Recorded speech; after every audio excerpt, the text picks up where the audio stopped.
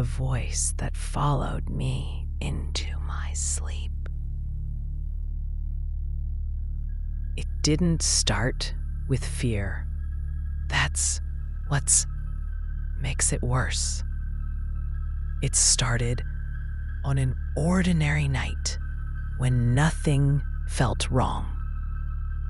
I was scrolling without thinking, replying without caring, until a new message appeared.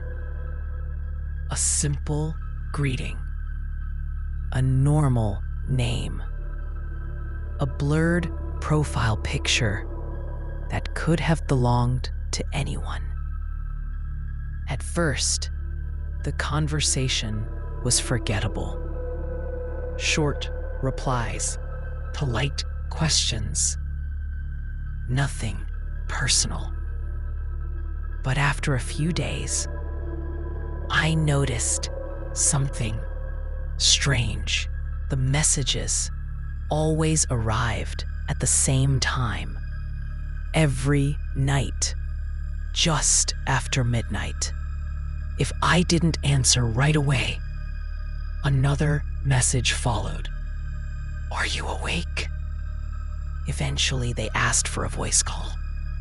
I hesitated, but nothing about them seemed dangerous. When I accepted the call, the voice on the other end was calm. Too calm. It was low, steady, controlled, as if they were careful not to wake someone else in the room. They never laughed, never paused to think. Every response came instantly, like it had already been prepared. When I asked where they were calling from, the answer came quietly, closer than you think.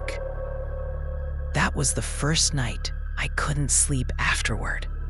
And when I did fall asleep, I heard that same voice in my dreams, repeating my name over and over again. The calls continued every night, until one night, my phone screen turned on by itself. No ringtone, no vibration, just a live call. The voice whispered, I'm always here before you wake up the next morning. I tried to open the chat. The account was gone, deleted. But that didn't stop the calls. It came from unknown numbers. Numbers that didn't exist when I tried to call back. And sometimes, late at night, when my phone is silent, I still swear I can hear that voice right before I fall asleep.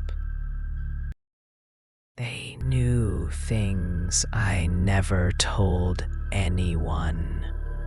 This one didn't feel dangerous at first. It felt comforting. We talked like two strangers, killing time. No flirting, no secrets, just conversation. But slowly, the messages changed. They started mentioning details I had never shared online. The name of the street where I grew up, a childhood nickname only my mother used, the exact time I usually turned off the lights at night.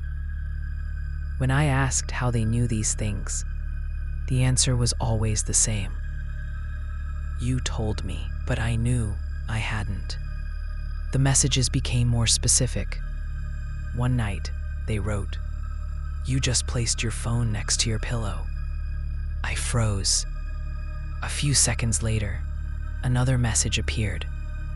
If you turn around right now, you won't see me. That was the moment fear replaced confusion. I stopped replying. I deleted the chat, blocked the account, removed my profiles.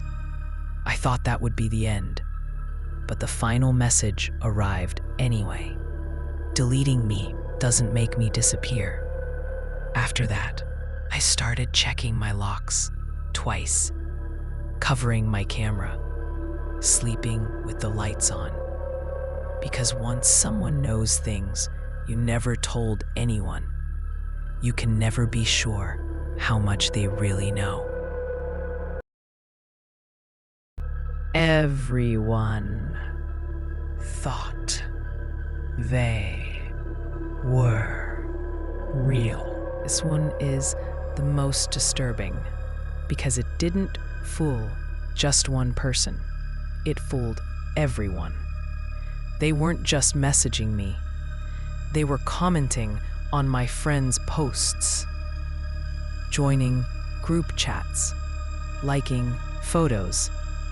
They even appeared in tagged pictures. No one questioned them. When I asked how we had met, everyone gave a different answer. Through you, through work, through mutual friends. But no one could remember where they originally came from. Slowly, they became part of everything. They knew inside jokes, private arguments, secrets I had never shared online. One night, I searched their name in my phone. Their contact appeared with missed calls, dozens of them. At times, I knew I was asleep. I confronted them, asked who they really were. The reply came instantly. I exist because you all believe I do. The next week, they vanished. Every message, every comment, every photo, gone. But people kept asking about them, as if I was the only one who remembered that they had disappeared. And that's when I realized something terrifying. Sometimes, the scariest part isn't that someone isn't real. It's that they were real, enough for everyone to believe in them. Final warning, these stories aren't meant to scare you for no reason.